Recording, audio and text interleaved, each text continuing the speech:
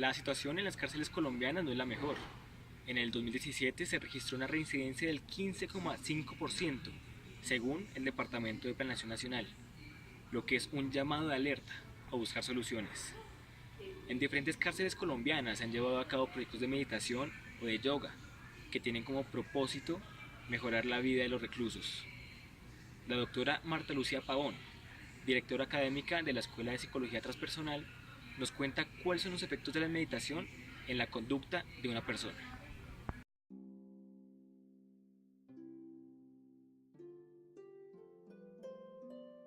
La psicología tradicional de Occidente, hasta hace unos años, más o menos hasta los 70, no se había preocupado para nada de la meditación. La meditación viene de todas las tradiciones, de muchas tradiciones espirituales de Oriente, de diversas, digamos, como orientaciones.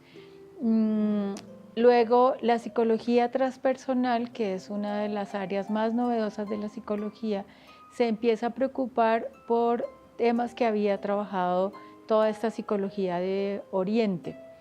Integra, entonces la psicología transpersonal se ocupa de hacerse preguntas sobre el ser, sobre la dimensión trascendente del ser, si queremos llamarlo sobre el espíritu, y entonces recoge muchas de las prácticas, estudios y trabajos de la psicología oriental. La psicología tradicional llega hasta un plano que es el de la mente, el del ego, el de la razón, pero de ahí para adelante pues se queda como corta. Algunos psicólogos en Occidente como Maslow, que fueron uno de los primeros psicólogos del área humanista, digamos, es como la tercera fuerza en psicología, empiezan a hacerse una serie de preguntas sobre qué hay más allá de la realización personal. Él establece una serie de necesidades de la persona, necesidades básicas, necesidades de seguridad, necesidades de realización, y luego encuentra como una barrera y dice, pues la persona cuando ha logrado ciertos niveles de desarrollo se empieza a hacer preguntas mucho más trascendentes. Son preguntas de autotrascendencia, ¿cuál es el sentido del ser? ¿Para qué estamos aquí? ¿Qué sentido tiene la existencia? Son preguntas que quedaron, digamos, en la psicología occidental sin resolver. La meditación se consideraba en todas esas tradiciones espirituales orientales como un camino de realización, como un camino de autodescubrimiento y como un camino de trascendencia. Esta técnica ahora es una de las que recoge también la psicología transpersonal y la considera también una herramienta potente de conocimiento del ser, de crecimiento, y es considerada hoy en día nosotros, digamos, dentro de la escuela donde yo trabajo, tenemos tres áreas de intervención o de trabajo. La parte corporal, la parte lingüística o cognitiva y la parte trascendente. Y la parte trascendente, ¿cómo se trabaja? Fundamentalmente a través de la meditación. De hecho, más o menos hace como los últimos 5 o 7 años, diferentes investigadores y estudiosos, principalmente neurólogos, se han ocupado de hacer estudios muy serios y han arrojado informaciones muy importantes sobre cuáles son realmente esos efectos que tiene la meditación sobre el cerebro y sobre el cuerpo y sobre la psique de la persona. Entonces ha habido hallazgos muy interesantes que hoy se pueden documentar, diferentes neurólogos y psicólogos muy importantes. Últimamente ha salido un estudio, una recopilación de unos estudios de Daniel Goleman, que es el psicólogo norteamericano que acuñó el término de la inteligencia emocional. Él recopila estudios, como 60 estudios más o menos, los que encontró más relevantes, que muestran los efectos positivos de la meditación, y tiene una publicación que habla en ese sentido, cuáles son los beneficios de la meditación. Si tú estudias un poco y empiezas a revisar en la literatura, encuentras que más o menos se concentran como en tres áreas los hallazgos. Uno, en la parte emocional, en la parte del aprendizaje y en la parte del crecimiento personal. A nivel emocional, los estudios han hecho mediciones, por ejemplo, en budistas, en monjes budistas que han hecho meditación durante 40 años, o en personas que son meditadores ya de tiempo atrás, también en personas que apenas están empezando a hacer meditación.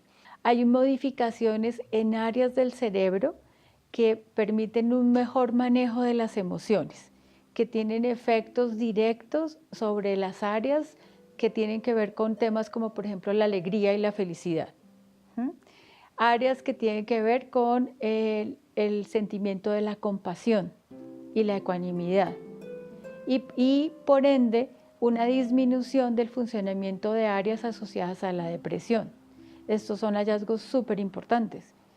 Y incluso en personas que llevaban en un estudio que se hizo, personas comunes y corrientes que trabajaban en una empresa, hicieron una práctica de meditación durante 2 meses, una práctica sistemática, 30 minutos diarios, y eso ya empezó a tener repercusiones y efectos sobre zonas de su cerebro. Entonces, como para sintetizar, tiene un efecto importante sobre el área de la felicidad, sobre la compasión, sobre la ecuanimidad. También dentro del área de las emociones está un efecto muy positivo sobre el manejo del estrés y una disminución de la depresión. ¿Sí? Entonces es, digamos, una herramienta muy potente para generar unas mejores condiciones de bienestar en el ser humano.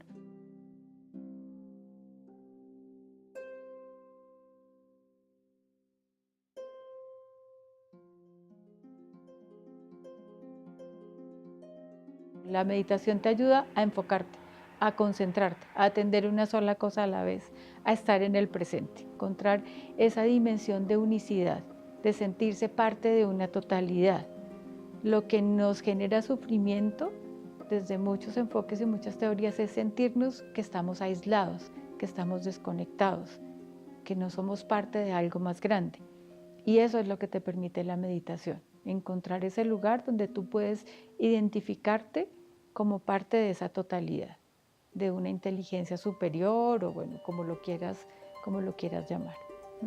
Se requiere un trabajo sistemático, un trabajo constante, ¿sí? Y los efectos de la meditación también se ha estudiado que se mantienen en el tiempo dependiendo la intensidad de horas que la persona haya meditado en su vida y qué tanto se mantiene, ¿no?, en esa práctica. Una persona que medita con regularidad es una persona que logra reconocer sus emociones, identificar su estado emocional, que es menos reactiva, o sea, si tiene miedo, si tiene rabia, sobre todo, que son las 2 emociones más básicas, no es una persona que va a reaccionar inmediatamente, sino que puede evaluar la situación y tratar de dar una respuesta más adecuada a esa situación. El otro efecto, digamos, sobre las emociones es que permite que la persona pueda traspasar situaciones dolorosas de una manera mucho más rápida, resignificar experiencias traumáticas de una mejor manera, ¿sí? Poder, digamos, como relativizarlas y entender pues que ocurrieron porque seguramente era parte de un proceso de aprendizaje, porque son cosas que ocurren, pero no quedar como tan lastimada por esas historias que le ocurrieron.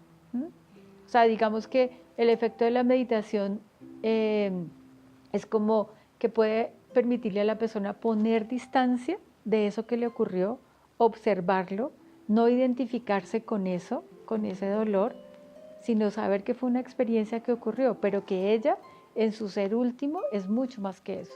Es como, no sé, como el entrenamiento para cualquier cosa. Si tú quieres ser un futbolista, no sirve con que entrenes un fin de semana, ni una semana. Necesitas tener una práctica de entrenamiento diaria. Si tú quieres tocar un instrumento, tienes que trabajar quizás tantas horas diarias para poder desarrollar las competencias y desarrollar tu destreza frente a ese instrumento. Es igual con la meditación, ¿sí? O sea, no podemos esperar que con un taller de fin de semana o con un curso de 8 días ya, las personas ya terminaron y cambiaron. No, es una práctica que se requiere que sea permanente, que sea constante, que sea diaria, porque los efectos, digamos, se dan con el tiempo y se dan de manera persistente, pero sí se mantiene la práctica en el tiempo.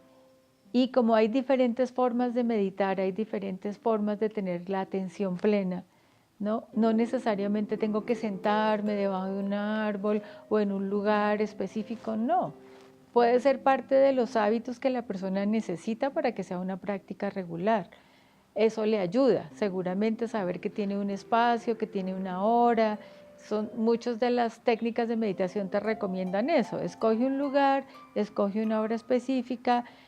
No necesariamente te tienes que sentar en el suelo, te puedes sentar en una silla, sobre todo para nosotros los occidentales que no tenemos, pues digamos, esas posturas corporales como tan incorporadas para la postura del loto, ¿no? Para la meditación. Hay otros tipos de meditación en acción, por ejemplo, que se hacen mientras tú estás haciendo tus actividades cotidianas y estás enfocado con atención plena en cada cosa que estás haciendo. O mientras haces una caminata, por ejemplo, ¿no? Entonces puede haber diferentes estilos, diferentes formas, pero es importante que la persona identifique cuál es su forma de meditación, cuál es la técnica que le viene más, que le viene mejor y la practique de manera sistemática, eso sí, sin muchas variaciones. Otro de los efectos que tiene que ver de la meditación, que tiene que ver con las emociones y que nos ha interesado, digamos, creo que es la ruta por la cual la meditación también ha tenido tanta acogida en los últimos años y sobre todo en los ambientes laborales. Y es porque la meditación tiene un efecto muy importante en reducción de la ansiedad y del estrés. ¿Mm? Entonces logra que la persona pueda tranquilizarse, pueda tener unas respuestas más eficientes a su medio ambiente, en la medida en que la persona se enfoca y pone la atención plena en lo que está haciendo, en la medida en que logra como aclarar sus emociones, entonces logra tener un efecto muy importante sobre estos factores que son, digamos, como parte de las problemáticas de nuestra vida cotidiana, ¿sí? Asimismo, también creo que tiene efectos muy importantes sobre la disminución de la depresión, porque claro, aumenta las áreas de felicidad, aumenta la posibilidad de la atención, la concentración, entonces tiene también unos impactos en este tema del estrés muy, muy importantes. Por eso, pues hoy la meditación está entrando mucho en el ámbito escolar, en el ámbito empresarial, bueno, y en diferentes instituciones que han reconocido los beneficios que puede tener para las personas y para esos ambientes.